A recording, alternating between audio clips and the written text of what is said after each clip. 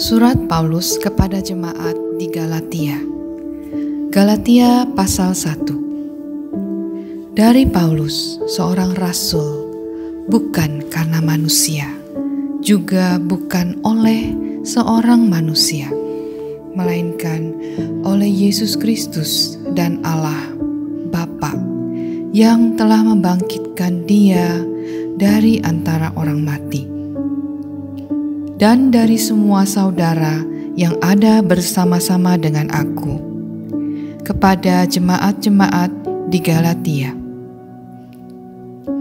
Kasih karunia menyertai kamu dan damai sejahtera dari Allah Bapa kita dan dari Tuhan Yesus Kristus, yang telah menyerahkan dirinya karena dosa-dosa kita, untuk melepaskan kita dari dunia jahat yang sekarang ini, menurut kehendak Allah dan Bapa kita. Baginyalah kemuliaan selama-lamanya. Amin. Aku heran bahwa kamu begitu lekas berbalik daripada Dia yang oleh kasih karunia Kristus telah memanggil kamu, dan mengikuti suatu Injil lain yang sebenarnya bukan Injil.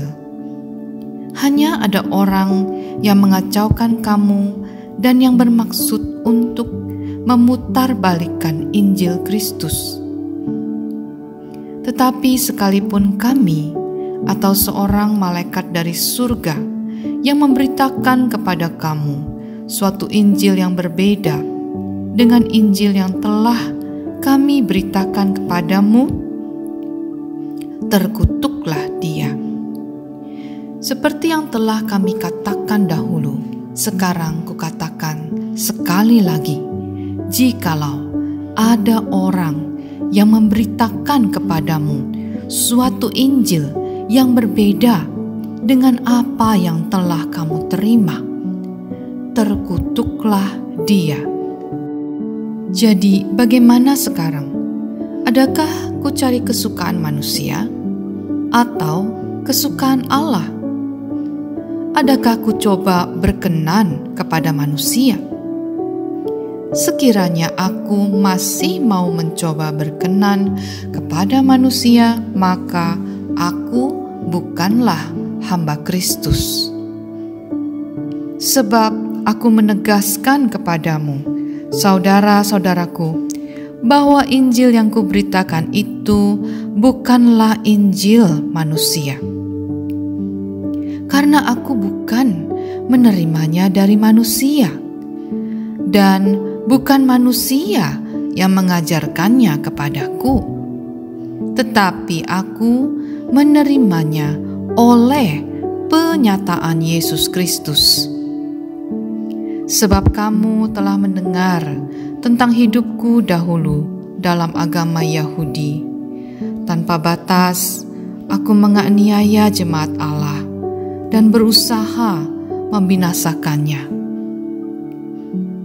Dan di dalam agama Yahudi, aku jauh lebih maju daripada teman yang sebaya dengan aku di antara bangsaku. Sebagai orang yang sangat rajin memelihara adat istiadat nenek moyangku.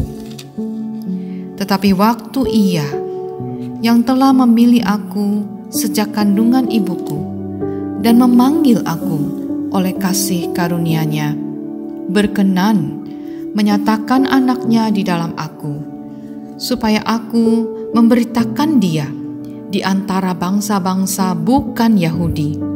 Maka sesaat pun aku tidak minta pertimbangan manusia. Juga aku tidak pergi ke Yerusalem mendapatkan mereka yang telah menjadi rasul sebelum aku. Tetapi aku berangkat ke tanah Arab, dan dari situ kembali lagi ke Damsyik. Lalu 3 tahun kemudian aku pergi ke Yerusalem untuk mengunjungi Kefas, dan aku menumpang 15 hari di rumahnya. Tetapi aku tidak melihat seorang pun dari rasul-rasul yang lain kecuali Yakobus saudara Tuhan Yesus. Di hadapan Allah kutegaskan, apa yang kutuliskan kepadamu ini benar. Aku tidak berdusta. Kemudian aku pergi ke daerah-daerah Syria dan Kilikia. Tetapi rupaku tetap tidak dikenal oleh jemaat-jemaat Kristus di Yudea. Mereka hanya mendengar bahwa Ia yang dahulu menganiaya mereka sekarang memberitakan iman yang pernah hendak dibinasakannya, dan mereka memuliakan Allah karena aku. Galatia pasal 2. Kemudian setelah lewat 14 tahun, aku pergi pula ke Yerusalem dengan Barnabas, dan Titus pun kubawa juga. Aku pergi berdasarkan suatu penyataan, dan kepada mereka kubentangkan Injil yang kuberitakan di antara bangsa-bangsa bukan Yahudi, dalam percakapan tersendiri kepada mereka yang terpandang, supaya jangan dengan percuma aku berusaha atau telah berusaha. Tetapi kendati pun Titus yang bersama-sama dengan aku adalah seorang Yunani, namun ia tidak dipaksa untuk menyunatkan dirinya.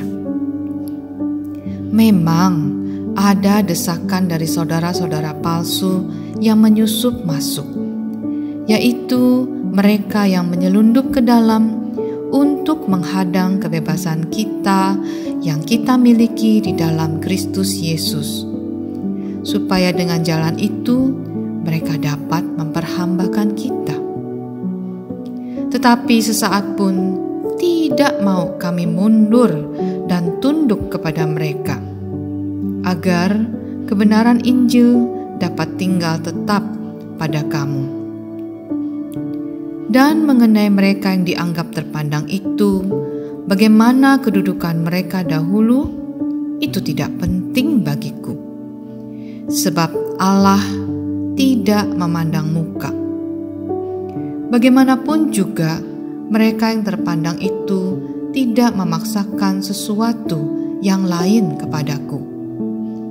Tetapi sebaliknya, setelah mereka melihat bahwa kepadaku telah dipercayakan pemberitaan Injil untuk orang-orang tak bersunat, sama seperti Petrus untuk orang-orang bersunat, karena ia yang telah memberikan kekuatan kepada Petrus untuk menjadi rasul bagi orang-orang bersunat, ia juga, yaitu Yesus, yang telah memberikan kekuatan kepadaku untuk orang-orang yang tidak bersunat. Dan setelah melihat kasih karunia yang dianugerahkan kepadaku, maka Yakobus, Kefas, dan Yohanes yang dipandang sebagai soko guru jemaat berjabat tangan dengan aku dan dengan Barnabas sebagai tanda persekutuan, supaya kami pergi kepada orang-orang yang tidak bersunat dan mereka kepada orang-orang yang bersunat. Hanya kami harus tetap mengingat orang-orang miskin, dan memang itulah yang sungguh-sungguh kuusahakan melakukannya. Tetapi waktu Kefas datang ke Antiokhia, aku berterus terang menentang dia, sebab dia salah. Karena sebelum beberapa orang dari kalangan Yakobus datang, ia makan sehidangan dengan orang-orang yang tidak bersunat. Tetapi setelah mereka datang, ia mengundurkan diri dan menjauhi mereka karena takut akan saudara-saudara yang bersunat. Dan orang-orang Yahudi yang lain pun turut berlaku munafik dengan dia, sehingga Barnabas sendiri pun turut terseret oleh kemunafikan mereka. Tetapi waktu kulihat bahwa kelakuan mereka itu tidak sesuai dengan kebenaran Injil? Aku berkata kepada Kefas di hadapan mereka semua, "Jika engkau, seorang Yahudi, hidup secara kafir dan bukan secara Yahudi, bagaimanakah engkau dapat memaksa saudara-saudara yang tidak bersunat untuk hidup secara Yahudi?" Menurut kelahiran, kami adalah orang Yahudi dan bukan orang berdosa dari bangsa-bangsa lain. Kamu tahu bahwa tidak seorang pun yang dibenarkan oleh karena melakukan hukum Taurat, tetapi hanya oleh karena iman dalam Kristus Yesus. Sebab itu, kami pun telah percaya kepada Kristus Yesus, supaya kami dibenarkan oleh karena iman dalam Kristus dan bukan oleh karena melakukan hukum Taurat. Sebab tidak ada seorang pun yang dibenarkan oleh karena melakukan hukum Taurat. Tetapi jika kami sendiri sementara kami berusaha untuk dibenarkan dalam Kristus ternyata adalah orang-orang berdosa, apakah hal itu berarti bahwa Kristus adalah pelayan dosa? Sekali-kali tidak. Karena jikalau aku membangun kembali apa yang telah kurombak, aku menyatakan diriku sebagai pelanggar hukum Taurat. Sebab aku telah mati oleh hukum Taurat untuk hukum Taurat, supaya aku hidup untuk Allah. Aku telah disalibkan dengan Kristus, namun aku hidup, tetapi bukan lagi aku sendiri yang hidup, melainkan Kristus yang hidup di dalam aku. Dan hidupku yang kuhidupi sekarang di dalam daging adalah hidup oleh iman dalam Anak Allah yang telah mengasihi aku dan menyerahkan dirinya untuk aku. Aku tidak menolak kasih karunia Allah, sebab sekiranya ada kebenaran oleh hukum Taurat, maka sia-sialah kematian Kristus. Galatia pasal 3. Hai orang-orang Galatia yang bodoh, siapakah yang telah mempesona kamu? Bukankah Yesus Kristus yang disalibkan itu telah dilukiskan dengan terang di depanmu? Hanya ini yang hendak ku ketahui daripada kamu. Adakah kamu telah menerima Roh karena melakukan hukum Taurat, atau karena percaya kepada pemberitaan Injil? Adakah kamu sebodoh itu? Kamu telah mulai dengan Roh. Maukah kamu sekarang mengakhirinya di dalam daging? Sia-siakah semua yang telah kamu alami sebanyak itu? Masakan sia-sia? Jadi, bagaimana sekarang? Apakah Ia yang menganugerahkan Roh kepada kamu dengan berlimpah-limpah dan yang melakukan mukjizat di antara kamu berbuat demikian karena kamu melakukan hukum Taurat, atau karena kamu percaya kepada pemberitaan Injil? Secara itu jugalah Abraham percaya kepada Allah, maka Allah memperhitungkan hal itu kepadanya sebagai kebenaran. Jadi kamu lihat bahwa mereka yang hidup dari iman, mereka itulah anak-anak Abraham. Dan kitab suci yang sebelumnya mengetahui bahwa Allah membenarkan orang-orang bukan Yahudi oleh karena iman, telah terlebih dahulu memberitakan Injil kepada Abraham. Olehmu segala bangsa akan diberkati. Jadi mereka yang hidup dari iman, merekalah yang diberkati bersama-sama dengan Abraham yang beriman itu. Karena semua orang yang hidup dari pekerjaan hukum Taurat berada di bawah kutuk. Sebab ada tertulis, Terkutuklah orang yang tidak setia melakukan segala sesuatu yang tertulis dalam kitab hukum Taurat, dan bahwa tidak ada orang yang dibenarkan di hadapan Allah karena melakukan hukum Taurat adalah jelas, karena orang yang benar akan hidup oleh iman. Tetapi dasar hukum Taurat bukanlah iman, melainkan siapa yang melakukannya akan hidup karenanya. Kristus telah menebus kita dari kutuk hukum Taurat dengan jalan menjadi kutuk karena kita. Sebab ada tertulis, terkutuklah orang yang digantung pada kayu salib. Yesus Kristus telah membuat ini supaya di dalam Dia berkat Abraham sampai kepada bangsa-bangsa lain, sehingga oleh iman kita menerima roh yang telah dijanjikan itu. Saudara-saudara, baiklah kupergunakan suatu contoh dari hidup sehari-hari.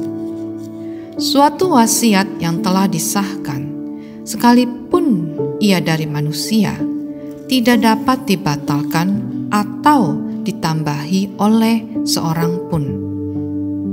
Adapun kepada Abraham diucapkan segala janji itu dan kepada keturunannya. Tidak dikatakan kepada keturunan-keturunannya seolah-olah dimaksud banyak orang, tetapi hanya satu orang, dan kepada keturunanmu, yaitu Kristus. Maksudku ialah janji yang sebelumnya telah disahkan Allah tidak dapat dibatalkan oleh hukum Taurat yang baru terbit 430 tahun kemudian, sehingga janji itu hilang kekuatannya. Sebab jikalau apa yang ditentukan Allah berasal dari hukum Taurat, ia tidak berasal dari janji, tetapi justru oleh janjilah Allah telah menganugerahkan kasih karunia-Nya kepada Abraham. Kalau demikian, apakah maksudnya hukum Taurat? Hukum Taurat ditambahkan oleh karena pelanggaran-pelanggaran sampai datang keturunan yang dimaksud oleh janji itu. Dan ia disampaikan dengan perantaraan malaikat-malaikat ke dalam tangan seorang pengantara. Seorang pengantara bukan hanya mewakili satu orang saja, sedangkan Allah adalah satu.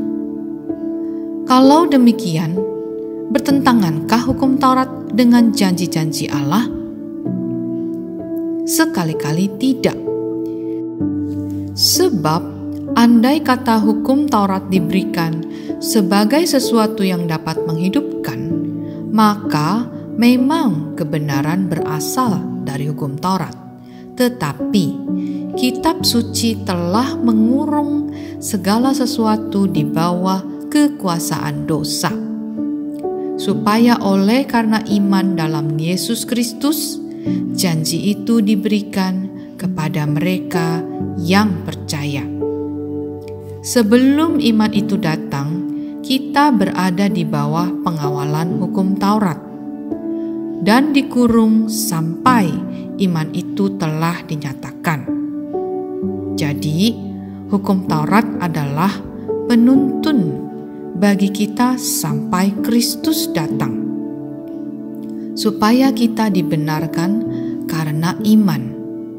Sekarang iman itu telah datang. Karena itu, kita tidak berada lagi di bawah pengawasan penuntun, sebab kamu semua adalah anak-anak Allah karena iman di dalam Yesus Kristus. Karena kamu semua yang dibaptis dalam Kristus telah mengenakan Kristus. Dalam hal ini, tidak ada orang Yahudi atau orang Yunani, tidak ada hamba atau orang merdeka, tidak ada laki-laki atau perempuan, karena kamu semua adalah satu di dalam Kristus Yesus. Dan jikalau kamu adalah milik Kristus, maka kamu juga adalah keturunan Abraham dan berhak menerima janji Allah. Galatia pasal 4. Yang dimaksud ialah selama seorang ahli waris belum akil balik, sedikit pun ia tidak berbeda dengan seorang hamba. Sungguh pun ia adalah tuan dari segala sesuatu.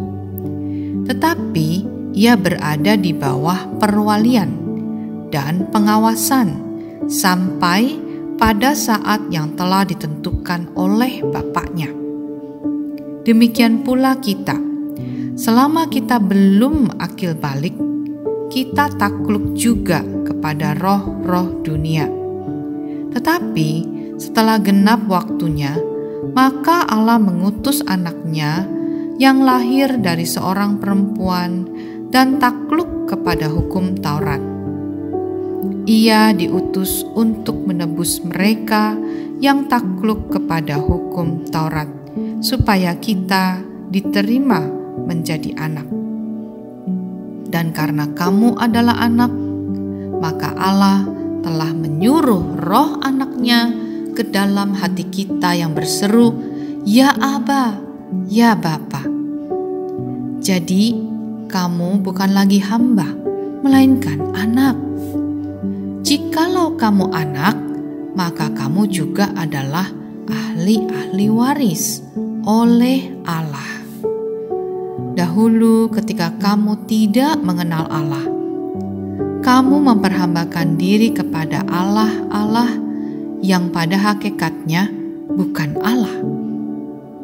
Tetapi sekarang sesudah kamu mengenal Allah, atau lebih baik, sesudah kamu dikenal Allah, bagaimanakah kamu berbalik lagi kepada roh-roh dunia yang lemah dan miskin dan mau mulai memperhambakan diri lagi kepadanya? Kamu dengan teliti memelihara hari-hari tertentu, bulan-bulan, masa-masa yang tetap, dan tahun-tahun. Aku khawatir kalau susah payahku untuk kamu telah sia-sia. Aku minta kepadamu, saudara-saudara, jadilah sama seperti aku, sebab aku pun telah menjadi sama seperti kamu. Belum pernah kualami sesuatu yang tidak baik daripadamu. Kamu tahu bahwa aku pertama kali telah memberitakan Injil kepadamu oleh karena aku sakit pada tubuhku. Sungguh pun demikian keadaan tubuhku itu yang merupakan pencobaan bagi kamu. Namun kamu tidak menganggapnya sebagai sesuatu yang hina dan yang menjijikkan. Tetapi kamu telah menyambut aku sama seperti menyambut seorang malaikat Allah. Malahan sama seperti menyambut Kristus Yesus sendiri. Betapa bahagianya kamu pada waktu itu. Dan sekarang, di manakah bahagiamu itu? Karena aku dapat bersaksi tentang kamu, bahwa jika mungkin, kamu telah mencongkel matamu dan memberikannya kepadaku. Apakah dengan mengatakan kebenaran kepadamu, aku telah menjadi musuhmu? Mereka dengan giat berusaha untuk menarik kamu, tetapi dengan tidak tulus hati, karena mereka mau mengucilkan kamu, supaya kamu dengan giat mengikuti mereka. Memang baik kalau orang yang giat berusaha menarik orang lain dalam perkara-perkara yang baik, asal pada setiap waktu dan bukan hanya bila aku ada di antara kamu. Hai anak-anakku, karena kamu aku menderita sakit bersalin lagi, sampai rupa Kristus menjadi nyata di dalam kamu. Betapa rinduku untuk berada di antara kamu pada saat ini dan dapat berbicara dengan suara yang lain, karena aku telah habis akal menghadapi kamu. Katakanlah kepadaku, hai kamu yang mau hidup di bawah hukum Taurat, tidakkah kamu mendengarkan hukum Taurat? Bukankah ada tertulis bahwa Abraham mempunyai 2 anak, seorang dari perempuan yang menjadi hambanya, dan seorang dari perempuan yang merdeka? Tetapi anak dari perempuan yang menjadi hambanya itu diperanakan menurut daging, dan anak dari perempuan yang merdeka itu oleh karena janji. Ini adalah suatu kiasan, sebab kedua perempuan itu adalah 2 ketentuan Allah. Yang satu berasal dari Gunung Sinai dan melahirkan anak-anak perhambaan. Itulah Hagar. Hagar ialah Gunung Sinai di tanah Arab, dan ia sama dengan Yerusalem yang sekarang, karena ia hidup dalam perhambaan dengan anak-anaknya. Tetapi Yerusalem surgawi adalah perempuan yang merdeka, dan ialah ibu kita. Karena ada tertulis, bersukacitalah hai si mandul yang tidak pernah melahirkan. Bergembira dan bersorak-sorailah hai engkau yang tidak pernah menderita sakit bersalin. Sebab yang ditinggalkan suaminya akan mempunyai lebih banyak anak daripada yang bersuami. Dan kamu, saudara-saudara, kamu sama seperti Ishak, adalah anak-anak janji. Tetapi seperti dahulu, dia yang diperanakan menurut daging, menganiaya yang diperanakan menurut roh, demikian juga sekarang ini. Tetapi apa kata nas kitab suci? Usirlah hamba perempuan itu beserta anaknya, sebab anak hamba perempuan itu tidak akan menjadi ahli waris bersama-sama dengan anak perempuan merdeka itu. Karena itu, saudara-saudara, kita bukanlah anak-anak hamba perempuan, melainkan anak-anak perempuan merdeka. Galatia pasal 5. Supaya kita sungguh-sungguh merdeka, Kristus telah memerdekakan kita. Karena itu, berdirilah teguh, dan jangan mau lagi dikenakan kuk perhambaan. Sesungguhnya aku, Paulus, berkata kepadamu, jikalau kamu menyunatkan dirimu, Kristus sama sekali tidak akan berguna bagimu. Sekali lagi, aku katakan kepada setiap orang yang menyunatkan dirinya, bahwa ia wajib melakukan seluruh hukum Taurat. Kamu lepas dari Kristus, jikalau kamu mengharapkan kebenaran oleh hukum Taurat. Kamu hidup di luar kasih karunia. Sebab oleh roh dan karena iman, kita menantikan kebenaran yang kita harapkan. Sebab bagi orang-orang yang ada di dalam Kristus Yesus, hal bersunat atau tidak bersunat tidak mempunyai sesuatu arti. Hanya iman yang bekerja oleh kasih. Dahulu kamu berlomba dengan baik. Siapakah yang menghalang-halangi kamu, sehingga kamu tidak menuruti kebenaran lagi? Ajakan untuk tidak menurutinya lagi bukan datang dari Dia yang memanggil kamu. Sedikit ragi sudah mengkamirkan seluruh adonan. Dalam Tuhan, aku yakin tentang kamu, bahwa kamu tidak mempunyai pendirian lain selain daripada pendirian ini. Tetapi barang siapa yang mengacaukan kamu, ia akan menanggung hukumannya, siapapun juga dia. Dan lagi aku ini, saudara-saudara, jikalau aku masih memberitakan sunat, mengapakah aku masih dianiaya juga? Sebab kalau demikian, salib bukan batu sandungan lagi. Baiklah mereka yang menghasut kamu itu mengebirikan saja dirinya. Saudara-saudara, memang kamu telah dipanggil untuk merdeka. Tetapi janganlah kamu mempergunakan kemerdekaan itu sebagai kesempatan untuk kehidupan dalam dosa. Melainkan layanilah seorang akan yang lain oleh kasih. Sebab seluruh hukum Taurat tercakup dalam satu firman ini, yaitu kasihilah sesamamu manusia seperti dirimu sendiri.